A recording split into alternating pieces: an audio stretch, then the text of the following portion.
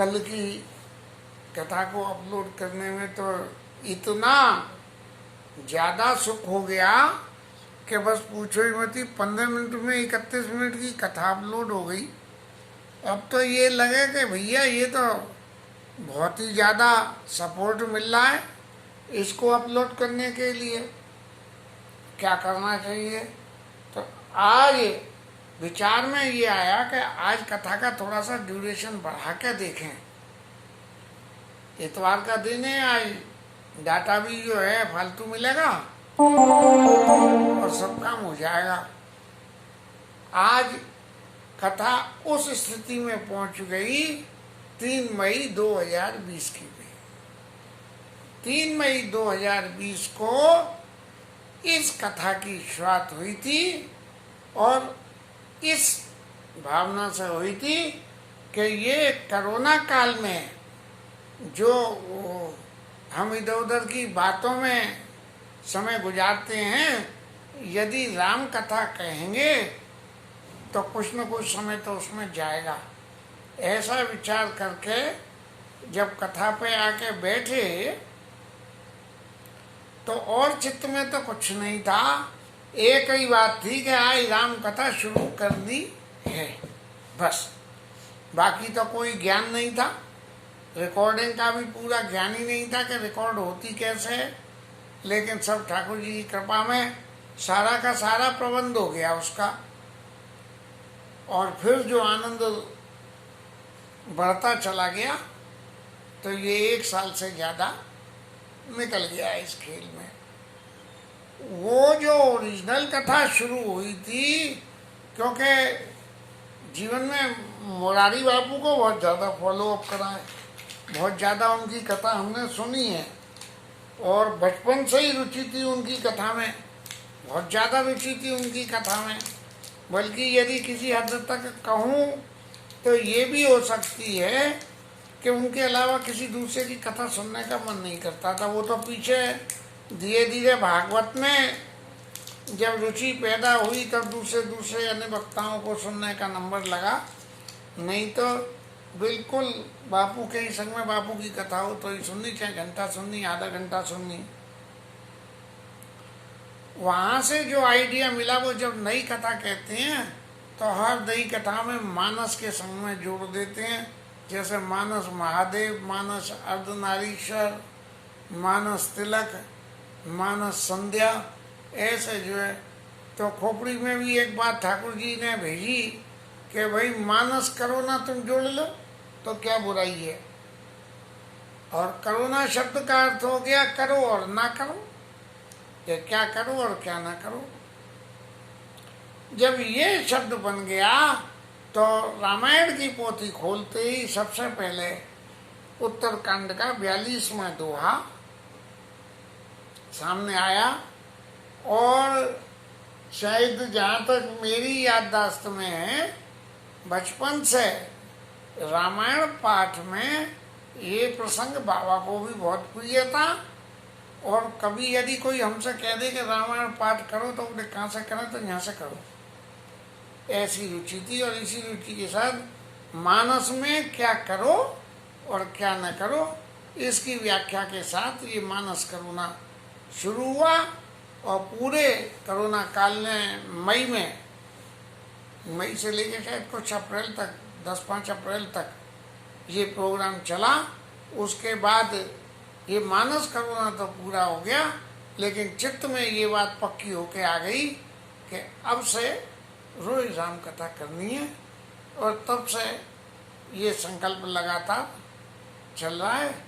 ठाकुर जी ऐसी प्रेरणा रखें कि जब तक इस जिह्वा में दम है और इस शरीर में कुछ बोलने का सामर्थ्य है और कुछ प्ले करने का, या ये खोपड़ी एक्टिव है, तब तक महाराज आपके गुण को ही जाते रहें।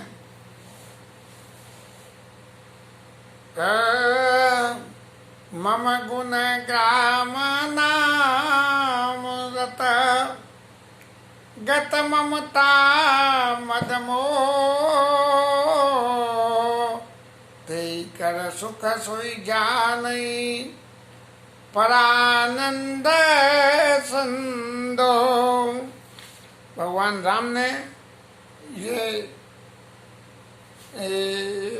1 2 और 3 और 4 ये 4 दोहे में पूर्ववासियों को ये उपदेश दिया है। और इस उपदेश के बाद में भगवान की निज की लीला तो लगभग जो है विश्राम पे आ गई। सिर्फ एक नारद जी की वंदना बाकी रह गई कि नारद जी ने फिर आके भगवान की वंदना करी है। बाकी भगवान राम के चरित्र की कथा विश्राम ले गई और फिर काकभूषण गरुड़ जी के संवाद चरित्र की लीला शुरू हो गई।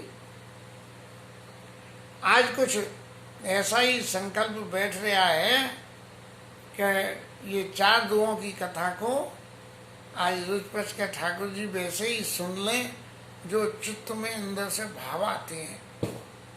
अब क्या एक्सप्रेस कर पाएंगे ये तो कुछ नहीं मालूम है।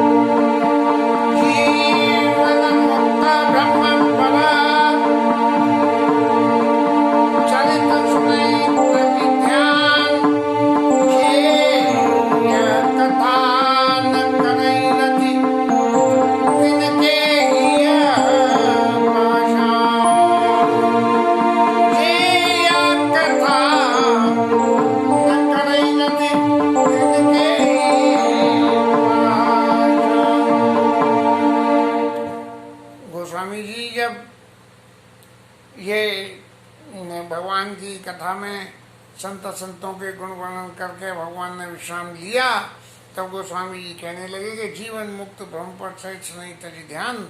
जो सब जीवन से मुक्ति पाने के बाद भगवान का चरित्र को ध्यान से सुनते हैं, अपने ध्यानों को छोड़ के और सुनते हैं, ऐसे लोग धन्य हैं। लेकिन जो लोग नहीं सुनते हैं वो जो है तिनके ही अपाषाण, उनके हृदय पत्थर की बनी हुई।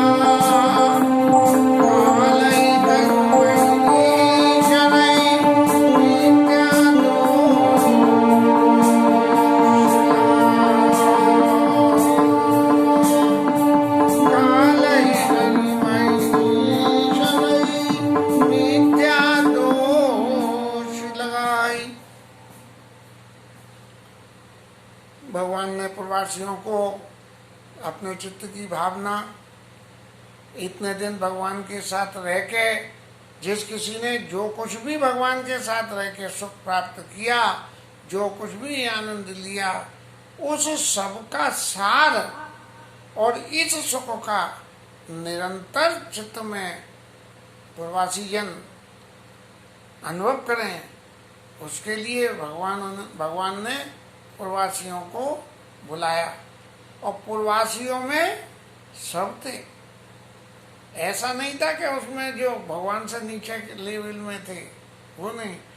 गुरु, द्विज और प्रवासी गुरु लोग थे, उन्हें भी बुला लिया कि महाराज आप भी कृपा करके इस उपदेश लीला में सम्मिलित हो, क्योंकि अति प्रिय मोई यहाँ के वासी जो अयोध्या में आके बस जाए वो मुझे बहुत प्रिय है। और मम धाम धा पूरी सुख राशि। अब हमारे कन्हैया लाल ने भी कही कि मैं जो है वृंदावन मुझे बहुत प्रिय है, ऐसे ही राम जी ने कही कि अयोध्या प्रिय है। तो इस तरह से भगवान ने अपने प्रियजनों को उपदेश के लिए सबको निमंत्रण भेजा और सब लोग उस सभा में पधारे। और फिर क्या हुआ, बैठे मुनि गुरु अरुदिज सज्जना, बोले बचन भगत भवभांजना। भक्तों के भय को नाश करने वाले भगवान बोले। सब लोगों ने विश्राम बैठे हुए और फिर भगवान कह रहे हैं, सुनो सकल पुरजन में मानी, कहूँ न कछु ममता उरानी। मैं जो कुछ कहता हूँ वो इसलिए नहीं कहता हूँ कि आप यहाँ के वासी हो, कहूँ न कछु ममता उरानी, इसलिए नहीं कह रहा हूँ। लेकिन जो मानव शरीर के लिए है वो कह रहा हूँ, क्या नहीं अनीति नहीं कछु प्रभुताई। मैं जो कुछ भी कह रहा हूँ वो कोई मेरा प्रेशर नहीं है, कोई अनीति की बात नहीं है, नहीं अनीति नहीं कछु प्रभुताई।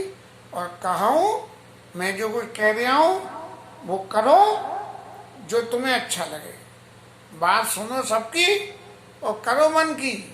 तो जो मैं कह रहा हूँ वो सुनो और करो वो जो आपको अच्छा लगता हो, नहीं अनीति नहीं कछु प्रभुताई, कहूँ करो जो तुम्हें सुहाएगी तुम्हें। लेकिन एक बात और मैं बता देता हूँ, मुझे कौन प्रिय है, क्योंकि अवधवासी जितने भी लोग थे सब ये अच्छी तरह से चित्त में समझ चुके थे कि भगवान राम परब्रह्म परमेश्वर हैं। चाहे वो कोई भी था, जिसने भूल से नहीं समझा उसने फिर भी समझ लिया। तो भगवान ये कहने लगे कि सोई सेवक, मेरा सेवक कौन है, और प्रियतम मम सोई, मुझे प्रिय कौन है, बोले वो जो मेरी आज्ञा को माने।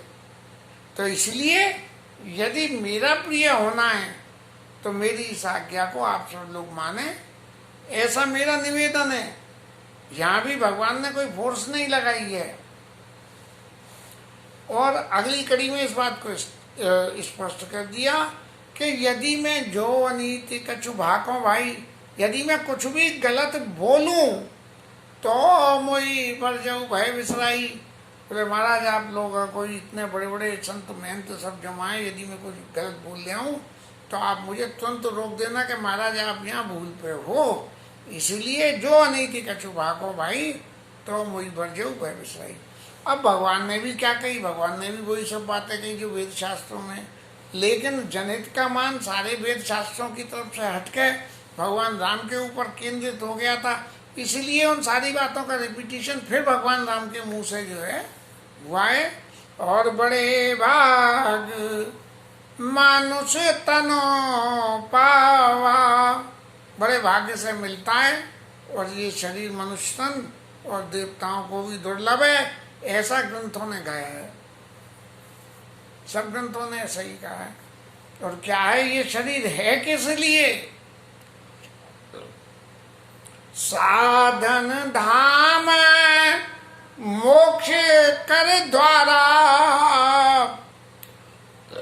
भगवत साधना करने का, साधन करने का ये दरवाजा है। यदि साधन धाम में घुसना है तो मानव शरीर यदि मिल जाए तब आप प्रवेश कर सकते हो। और मोक्ष कर द्वारा, मोक्ष का दरवाजा है। अगर आप साधन धाम को करोगे तो मोक्ष का दरवाजा आपके लिए खुल जाएगा। और पाई न जेई परलोक संभारा, ऐसा नर शरीर पाके, मनुष्य शरीर पाके यदि आपने अपना जो है परलोक को नहीं सुधार किया, क्योंकि मनुष्य शरीर तो नाशवान है, ये कभी न कभी नाश होगा, तो इस पृथ्वी लोक को छोड़ के किसी दूसरे लोक में जाना पड़ेगा, चाहे वो पुण्य मर्त लोक हो, पुण्य लोक हो, विष्णु लोक हो, कोई सा भी लोक हो, तो जाना ही पर। पाई न जेई परलोक संभारा, भगवान ने स्पष्ट रूप से नहीं कही कि मेरी कहीं मानोगे तो उस लोक में चले जाओगे, ऐसा नहीं कही। परलोक संभारा, अपना परलोक जिसने संभाल लिया, तो जब परलोक उसने नहीं संभाला तो उसका क्या हुआ, सो परत्र दुख पावई। जब दूसरे लोक में गया और वहाँ का फल भोगने को मिला और सिर धुनी धुनी पछताई, अब वहाँ जाके पछताता है और क्या कहता है, कालई कर्मई ईश्वरई। अरे नारायण तुझे ऐसी नहीं सूझी, भगवान को तो ये करना चाहिए था, अरे वो तो समय ही इतना खराब था, भूखा मर रहा था तो क्या नहीं करता। ऐसी सी बातों को कालई, काल को, कर्म को और ईश्वर को, इनको झूठा दोष देते हैं। करते तो कुछ नहीं है, करना धरना हरि का नाम, और भगवान को काल, कर्म और ईश्वर को दोष देना मेरा काम। तो ऐसे वो दोष लगाते हैं। और अब आप, ये तो रही यहाँ तक का प्रस्तावना। अब इस प्रस्तावना के बाद में आप आगे की बात पूर्वासी जनों ये सुनिए कि जैसे कोरोना में कही थी कि करो, तो वही यहाँ आप करो शब्द की व्याख्या में कह रहे हैं, एतन कर फला विषय न भाई। इस मनुष्य शरीर का फल विषय भोग देंगे, ये साधन का द्वार है। और स्वर्ग स्वल्प अंत दुखदाई, ये शरीर यदि साधन नहीं करोगे तो स्वर्ग से भी दूर भगा देगा और फिर आपका अंत भी दुखदाई हो जाएगा, ये जीवन ही दुखदाई हो जाएगा। मनुष्य शरीर पाके पाप करोगे तो स्वर्ग से तो दूर होगे तो होगे ही, लेकिन अंत भी दुखदाई हो जाएगा, क्योंकि अगली योनियों में कहाँ कहाँ क्या क्या जाके मिलेगा। नरतन पाई विषय मन दे, मनुष्य शरीर पाके जो विषयों में मन लगाए, पलटी सुधाते सठ विष ले, वो जो है उनकी स्थिति कैसी हो जाती है कि उनके पास में अमृत हो और अमृत छोड़ के विष को खरीद के ले आवे, ऐसी स्थिति हो जाती है। और 84 लाख योनियों में ये जीव जो भ्रमण, ताई कबऊ भल काई की कोई, गुंजा ग्रही परसमणि कोई, पारसमणि हाथ में हो और गुंजा के लिए लाल घुंघची जो होती है उसके लिए पारसमणि अपने हाथ से छोड़ दे। ये मानव शरीर जो है पारसमणि के समान है और विषय जो है भोग वो गुंजा के समान है। तो उन गुंजाओं के लिए ये मनुष्य शरीर के पारसमणि जैसी चीज को छोड़ दे। 84 लाख योनियों में ये मनुष्य शरीर भ्रमण करता है और भ्रमण करने के बाद में जब कबहू की कर करुणा नर देई और देत ईश बिनो हेत सने। तब 84 लाख योनि में भ्रमण करने के बाद ईश्वर करुणा करके देते हैं, बोले ऐसा सारी योनियों का तो मामला दिखा दिया, अब भाई से एक मौका दो, इसे एक मनुष्य शरीर दे दो और फिर देखो ये फिर भी भजन साधन करता है कि नहीं करता है। इसलिए उसको इस करुणा से भगवान जो है मनुष्य शरीर देते हैं। अब लेकिन मनुष्य शरीर पाने के बाद क्या होता है फिरत सदाए।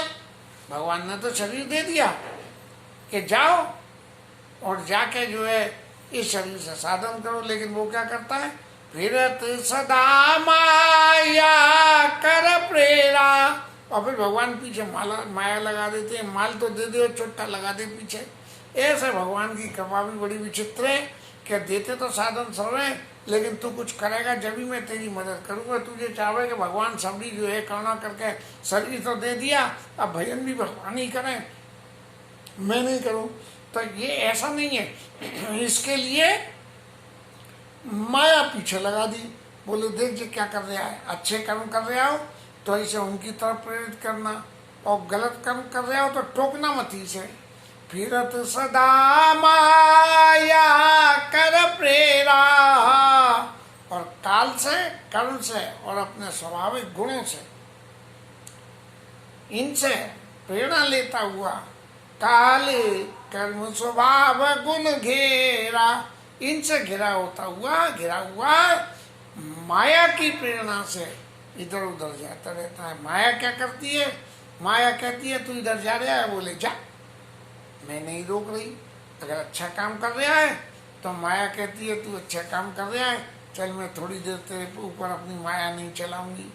तो जितनी देर अच्छा काम करोगे इतनी देर माया असर नहीं करेगी, नहीं तो माया जो है नचाती रहेगी तुमको।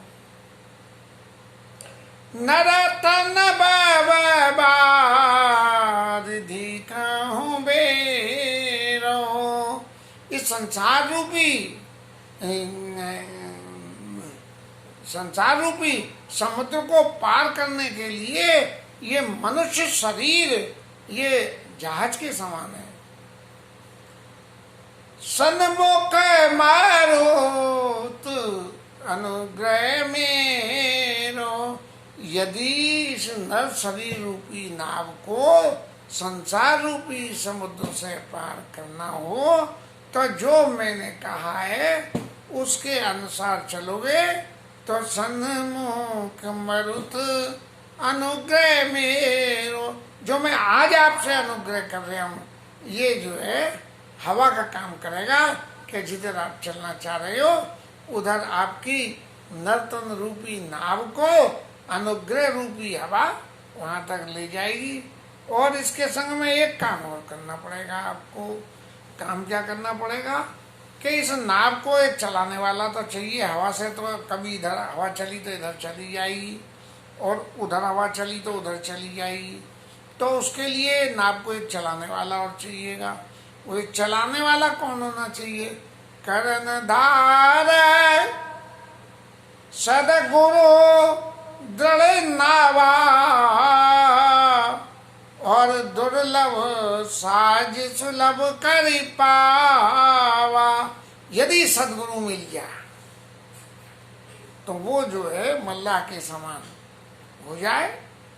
और कर्णधार सदगुरु दृढ़ नावा, इस नाव में मजबूती आ जाएगी। और दुर्लभ साज सुलभ कर पावा।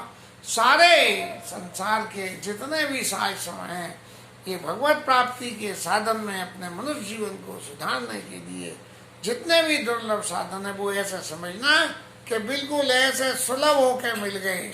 कैसे?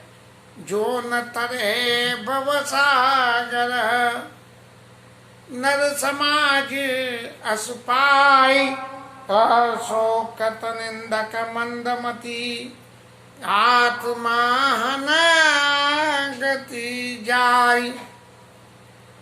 यदि इतना समय मिल जाए, सदगुरु रूपी जो है मल्ला मिल जाए और नर्तन रूपी नाव मिल जाए और संसार रूपी समुद्र मिल जाए, ये मिलके और फिर भी अपनी उद्धार के लिए कोई यदि ये जीव प्रयत्न नहीं करे, शोकत निंदक मंदमती नहीं करता है तो ऐसा आदमी मंदमती होता है, बुद्धिहीन होता है।